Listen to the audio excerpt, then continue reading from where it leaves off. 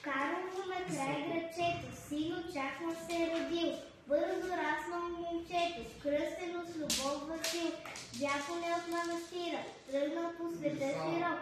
Трудният ти път не спира и след твоя лъвски скок, ти апостоле бездомен, нич покой не пожела, неуморен, храбър, скромен, дигна градове села и умря за свободата на народа мъченик, но остана жив в сърцата българин най-велик.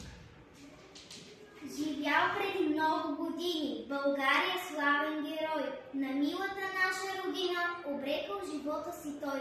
Нарекли го Левски, защото по лъвски бил силен и смел, безстрашно се борил с злото, след себе си всички повел. Апостоле, от теб се учим всички, Апостоле, ти пример си за нас. България за теб била е всичко, България е всичко и за нас. И днес се прекланят децата на Левски пред подвига свят. С апостола на свободата сме горди пред целия свят.